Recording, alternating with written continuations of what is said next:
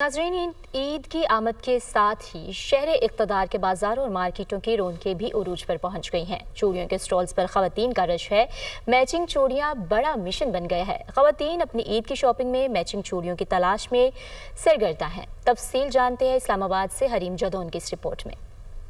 कपड़ों और जूतों की खरीदारी के बाद खवातीन और लड़कियों बालियों ने चूड़ियों के स्टॉलों का रुख कर लिया। हर तरफ जगमगाती रंग बिरंगी चूड़ियों में है सबको अपनी पसंद के डिजाइन की तलाश। खवातीन का कहना है कि ईद का बनाव सिंगार चूड़ियों के बगैर अधूरा है और मलबूसात के साथ मैचिंग चूड़ियां ना हो तो ईद की सज धज अधूरी लगती है।